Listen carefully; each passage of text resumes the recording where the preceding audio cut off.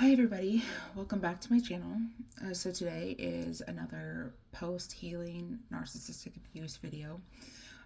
This is looking at to be around 2 to 3 months healing.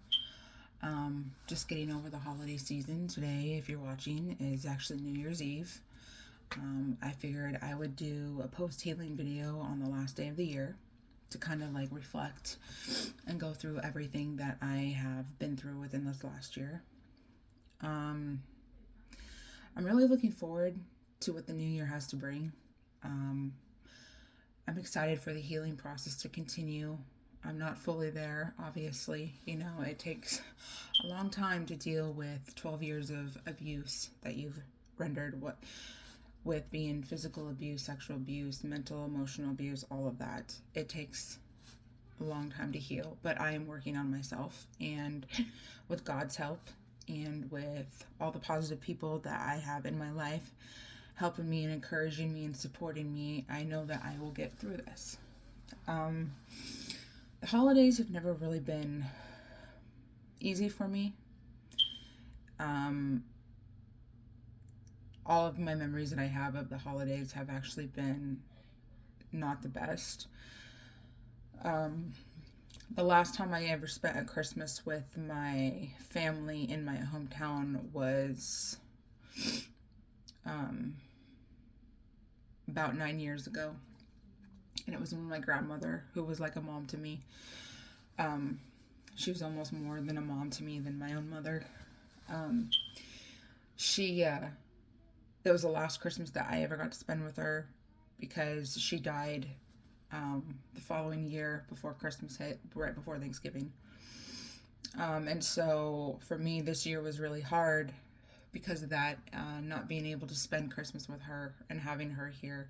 You know, every year is hard not having her, but this year for some reason was especially hard because it was kind of like a bittersweet moment not having her and remembering the last time I did have Christmas here. So, I mean, it's been difficult.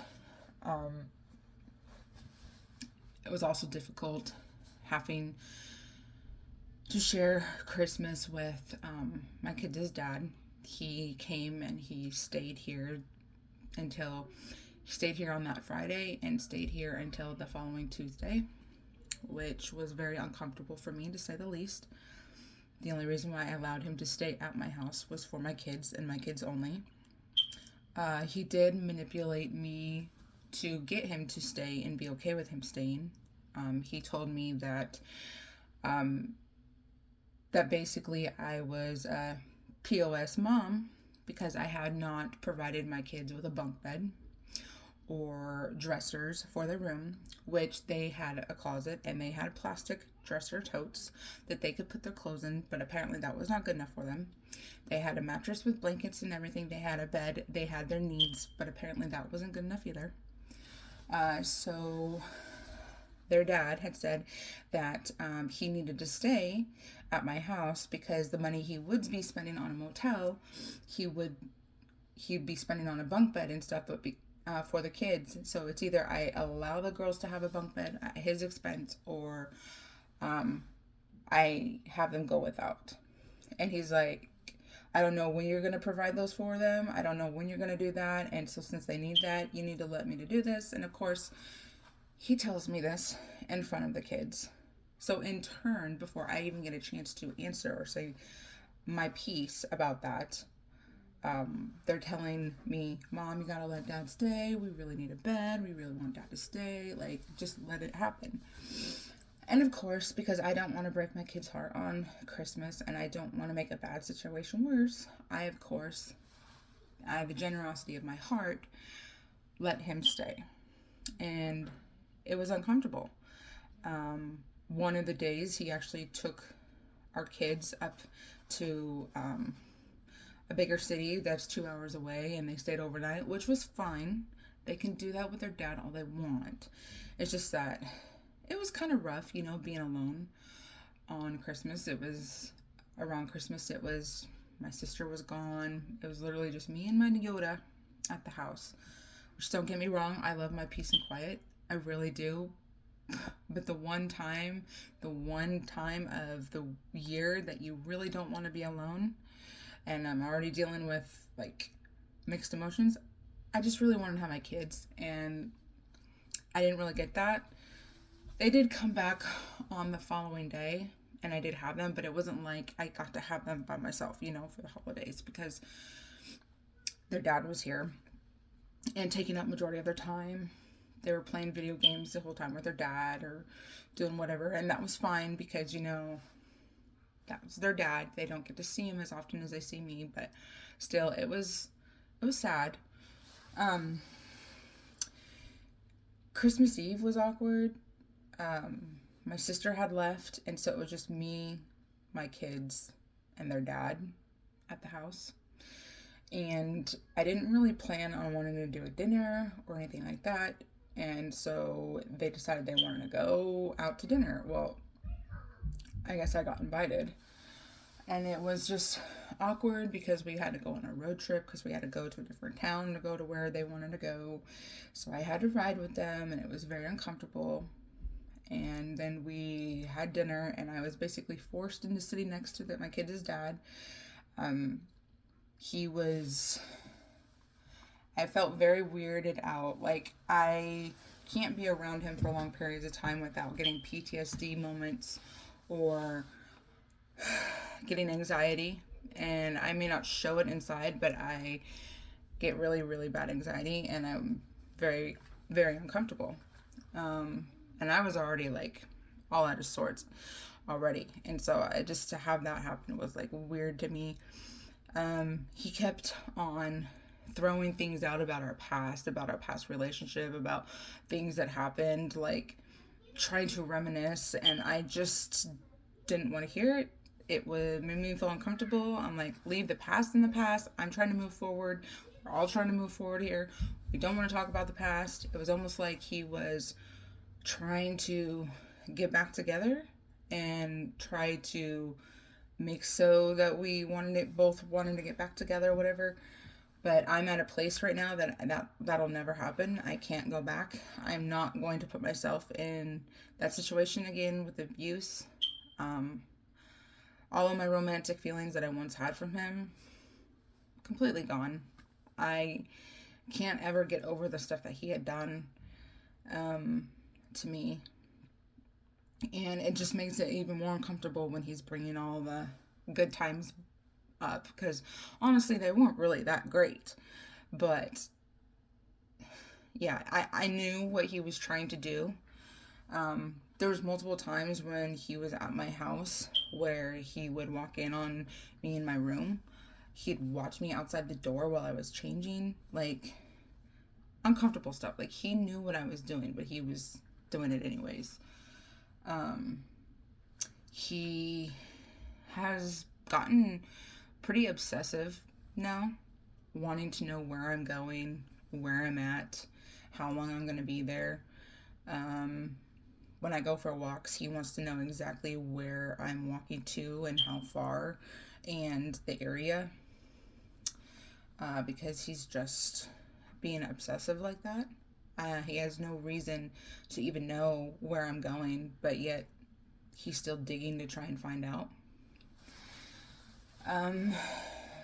So yeah, I still have to meet up with him halfway every other weekend to drop our kids off with him. That's going to be happening this next weekend. I'm going to be doing that. But there's supposed to be snow and ice, and so I'm a little uncomfortable with driving that way. Of course, I always bring my Yoda. But I literally will be driving from my work, which is about a 45-minute drive away from my house. So after work at 4:30, I will drive to my house. I'll get there around 5:15, pick up my kids, then drive 2-3 hours after that to drop them off with their dad, then drive 2-3 hours on the way back home. That'll be my Friday night. And with the ice and the snow, I am not looking forward to that. But yeah, so that's basically how my holiday went, without any more major details being put in there. But yeah, it was very uncomfortable. Oh, and I had something traumatic happen to me I found out something traumatic last week, that apparently my apartment complex, there's people that have been narking off my dog Yoda and complaining to management that he's been aggressive and whatnot. He's a German Shepherd, but he's not aggressive at all. He's a 2-year-old puppy. He was in the abusive situation just like I was, and many times he was the only thing that I had that stopped me from getting really seriously hurt between my ex and I. He was my stand-in. He was my protector, essentially, my guard dog, and he had a front row seat of all the abuse that was going on. And so sometimes he gets triggered when he sees people that he doesn't know, or people will randomly walk up where he's at, and it scares him, so he barks. But he's never been aggressive to anybody. He's never bit anybody. He loves everybody. He just barks when he sees people he doesn't know, and then he wants to get to know them, sniff them just like dogs do, and see if they are a good person, if they approve of him or not. That's all that's happened. But apparently there's been complaints, which I don't know why, because Yoda's always on a leash. Yes, he barks, but every dog barks, it's just like a natural thing. But they told me that if they get one more complaint about my dog, then they're going to make me get rid of him. And I've been having a lot of anxiety about that, multiple anxiety attacks about it, freaking out, because there's no way that I could ever get rid of Yoda. He is my emotional support system. He gets me through the day, every day. If I didn't have him, I don't know what I would do. I probably wouldn't be here right now, to be honest with you. And I don't know how longer I would be able to go on if I had to go on without him. It would be like having to give up one of my children because my children was too noisy. That's a huge part of me, and I couldn't do that. I couldn't live. So I'm really struggling right now to try and figure out what I'm going to do to try and solve the solution. I've tried talking to my management, letting them know the situation, that, hey, I was in an abusive situation, my dog was in an abusive situation, he had a front row seat of everything that I was going through, and he suffered along with me. And so when he sees people he doesn't know, he gets defensive, but it's never in an aggressive way. It's just him barking. And because he's a German Shepherd, he already has that stereotypical stance that people have, that, oh, he's a German Shepherd, he's going to attack me. No, he's not going to attack you. He's just barking. So I am trying to figure out how to go about that situation. So yeah, we're just getting through the holidays. Like I said, I am looking forward to this new year. I'm looking forward to the new changes that are going to be happening, the people that are in my life that I care about and I love and that I've gotten to reconnect with. That I haven't reconnected with in a very long time. I am so incredibly happy to be able to do that. Like, that is one of the things that keeps me going, besides my Yoda and my kids, is being able to know that I have people there that love me and support me, and that I can depend on, and who I can just come to and talk to, and they just make me feel better. I'm not being ridiculed and mentally abused and emotionally abused and manipulated on a daily basis. Like, I'm not retreating into my room and like being by myself the entire time. Like, yeah, there's nothing wrong with being by yourself, but when you're forced to be in by yourself because you can't escape the negativity, that has like a huge what do you want to call it? Brings back bad memories, and I'm just incredibly grateful that I have a huge support system here.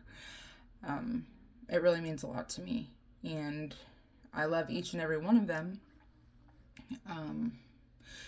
So I guess I would say is, if you are suffering from narcissistic abuse and you're in the process of healing like I am, surround yourself with like-minded people.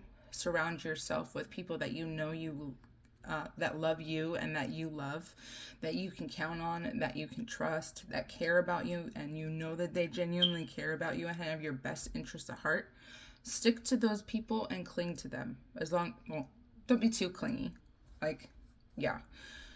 Figure out a happy medium. Sometimes it's hard, especially when you're going through abuse and you haven't had anybody. You want to naturally cling to those people that that care about you. take some time to have that little bit of breathing room for you and them. But just know, if they really do care about you and they really do love you, they're not going to mind, and they're going to understand that you're going through a healing process and it takes time to be able to get over certain things. And like I said, they will understand. My New Year's resolution for this year is just to keep being me, keep trugging along, keep trying to be the best mom that I can be, although most days I feel like I'm failing. But I just got to keep on going. And as long as I have the love and support from all of my fellow loved ones, I know that I can keep doing that. And I'm just going to keep on trusting God that He has my best interests at heart, and giving Him the wheel to steer me and navigate me to where I need to go, what my purpose in life is, and to help direct my kids, and help navigate this situation with all the stressors that I have going on with me. That's what I'm trying to do. And as well, I'm trying to stay healthy, keep my health going. These last few days I've been very actually sick and ill. I've been feverish and clammy and very weak and having muscle aches and stuff. I'm not quite sure what's really going on. I think I have a little bit of an idea, but I don't know. Nothing contagious. No, it's not COVID. Just a major health issue that I'm going through. I have some liver problems due to past things and stress that I've dealt with. Not alcohol related, but I do have liver problems, and I feel like this is kind of related to that and all the medication that I have to take because of it. But I am just trying to stay healthy, drinking lots of water, getting lots of rest, and even though it's tiresome and I've not been feeling good, I've been forcing myself to go on walks. I usually go on 2 walks. Friday night I usually go on a walk, and then Saturday, Sunday I usually go on 2 walks. But because I've been sick, this morning I went on a walk, but I'm not going to go on a walk tonight because I'm just feeling too fatigued and weak to be able to do that. I barely was able to get this video out, but I really wanted to because it's the last day of the year, and I wanted to kind of touch home with a little bit of stuff with my healing process. But yeah, I'm just trying to stay as healthy as I can for myself, for my kids, and for all my loved ones. And I know I've lost a lot of weight since last year. I've lost about 50 to 60 pounds since last year at this time. And I'm walking about 15,000 steps a day when I do go on my walks, which is like 4 times a week. So I'm trying to do that and stay hydrated, mainly drink water, try to incorporate more fruits and vegetables into my diet, more protein, hardly no carbs, trying to stay away from carbs. I don't really have a problem with that anymore. I used to, but I'm just trying to stay healthy and stay healthy in the way that I know that I can be physically, mentally, emotionally. So that's my New Year's resolution. That's so far the process in my healing journey. I'm also trying to get more out there and hang out with more people, socialize more, because I know that it's better to be out and socializing with people than staying inside and dwelling on all the things that are going on in your life that are bad. So I'm trying to do that. It's just always difficult when people have different schedules than you, and you have kids and they have kids, so it's like really hard, but I am trying to navigate. And then there's also the people who don't have kids that you want to hang out with, but then they feel bad because you have kids, and then you only have a certain time period where you can hang out, and then, so it's like, it's very difficult. But I am trying, and hopefully this year brings in a lot more socialization for me, because I have lacked that for the last 12 years. So anyways, if you are still watching this video and you're still tuned to it and you like it, hit the like button. What are you waiting for? And hit the subscribe button if you haven't already done that, so you can so you won't miss a future upload. I do upload makeup videos and makeup tutorials and makeup unboxings, so if you like those as well, that's another reason to subscribe, because you'll get to see all those lovely videos as well. And as always, and also don't forget to hit the bell button so you'll know every time I upload, you'll get to see one. But as always, I hope you all stay beautiful. You all have a wonderful day. You all have a wonderful New Year's Eve. Celebrate, party, live it up the last day of 2023. And as always, I love you. Bye.